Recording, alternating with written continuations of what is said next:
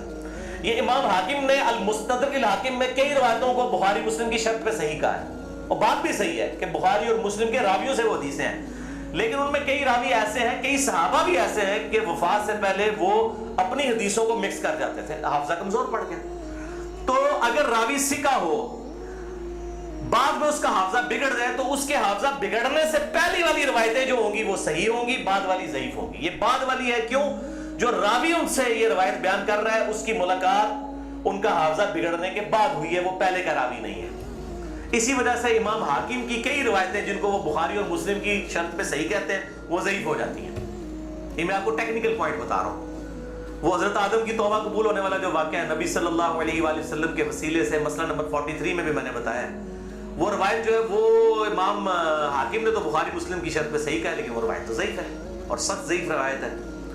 تو یہ چیزیں خیال رکھی جائیں. اور یہاں پہ میں ایک ضمناً اور بات بھی عرض کر دوں کہ یہ اہل تشیع کے ہاں بھی شعبانیہ منایا جاتا ہے 15 شعبان کی رات کو. وہ شب برات نہیں منا رہے ہوتے ہیں، وہ امام محمد بن حسن عسکری کا یوم ولادت مناتے ہیں. ان کے ہاں بھی یہ کانسیپٹ نہیں ہے شب برات والا، لیکن وہ ہمارے بریلوی بھائی خوش ہو رہے ہوتے ہیں کہ انہوں نے بھی لائٹنگ کی ہوئی، ہم نے بھی کی ہے، تے سنی شیعہ دا اجماع بنا لیندے نے. دیکھو اجماع کوئی نہیں ہے، وہ اپنے چکر وچ ہوندے، تسی اپنے چکر وچ ہوندے ہو، ٹھیک ہے؟ تے اسی اپنے چکر وچ اسی اپنی آخرت دی فکر وچ. تو وہ امام محمد بن حسن عسکری کا یوم ولادت. 5ویں حدیث سنن ابن ماجہ سے ہے، مشکات میں 1308. مولا علی رضی اللہ تعالیٰ عنہ علیہ السلام سے ہے کہ جب شعبان کی 15ویں رات ہو تو آپ صلی اللہ علیہ وسلم نے فرمایا دن کا قیام کرو، رات کا قیام کرو، دن کا روزہ رکھو. اب دن کا روزہ الگ سے صحیح مسلم وہ 27 جو 45 نمبر حدیث تھی اس سے ثابت ہے، اس کی وجہ سے میں نہیں، وہ الگ سے، کیونکہ غروب آفتاب سے طلوع فجر تک آسمان دنیا پر اللہ تعالیٰ نزول فرماتا ہے اور کہتا ہے کوئی مغفرت کا طالب کہ میں اسے بخش دوں، ہے کوئی رزق مانگنے والا کہ میں اسے عطا کروں، ہے کوئی عافیت چاہنے والا کہ اسے عافیت دوں. اور یہ سلسلہ طلوع فجر تک حتی مطلع الفجر، وہ جو سورہ قدر میں شب قدر کے بارے میں آتا ہے، یہ وہی الفاظ ہیں. یہ روزانہ ہوتا ہے، تہائی رات آخری جب رہ جاتی ہے. بخاری مسلم کے حوالے سے میں حدیث بیان کر چکا ہوں. تو 15 شعبان کا روزہ جو ہے وہ معاملہ بالکل الگ ہے. اس حوالے سے اور کئی روایتیں ہیں. شیخ زبیر علی زئی رحمہ اللہ تعالیٰ نے ایک پورا مضمون لکھا تھا جو مقالات کی پہلی جلد کے اندر وہ مضمون موجود ہے. جسے شوق ہے تو وہ پڑھ سکتا ہے. 14-15 صفحوں کا مضمون ہے جس میں انہوں نے یہ ساری بحثیں اس کی ضعیف روایتوں کے حوالے سے کی ہیں، اور انہوں نے ہی ایک صحیح قول بھی ایک تابعی کا لکھا. لیکن چونکہ تابعی کا قول مقطوع ہوتا ہے اور تابعی اگر کوئی غیب کی بات کرے گا تو وہ ضروری نہیں کسی صحابی سے سنی ہو، وہ کسی دوسرے تابعی سے بھی سن سکتا ہے. صحابی کی غیبی خبر جو ہے نا بیان کی ہوئی وہ امپلائڈ ہے کہ نبی صلی اللہ علیہ وآلہ وسلم سے سنی ہے. صحابی کی جو مرسل ہے وہ ایکسیپٹیبل ہے، اسے ہم موقوف روایت کہتے ہیں. تابعی کی مرسل ایکسیپٹیبل نہیں، اس کو ہم مقطوع کہتے ہیں.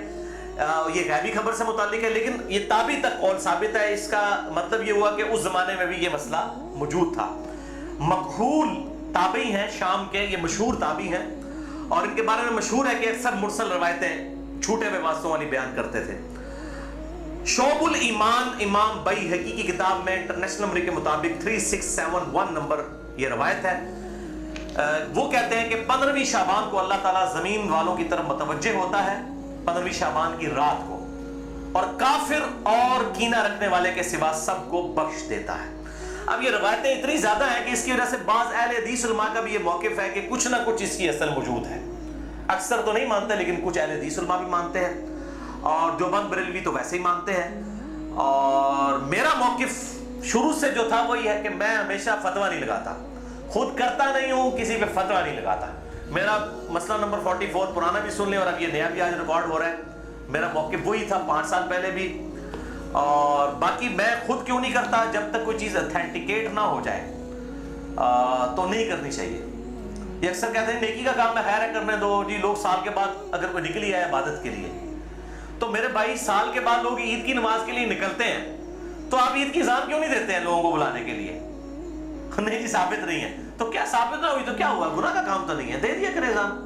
سال بعد انہوں نے عید پڑھنے کے لیے نکلنا ہوتا ہے. ایپا کیجئے الزامی جواب، اینٹی وینم، لاجیکل آنسر. تو کہیں گے نہیں جی ثابت نہیں. بھئی آپ کا تو فارمولا تھا ثابت ہو یا نہ ہو، نیکی کا کام ہے تو کر لیں.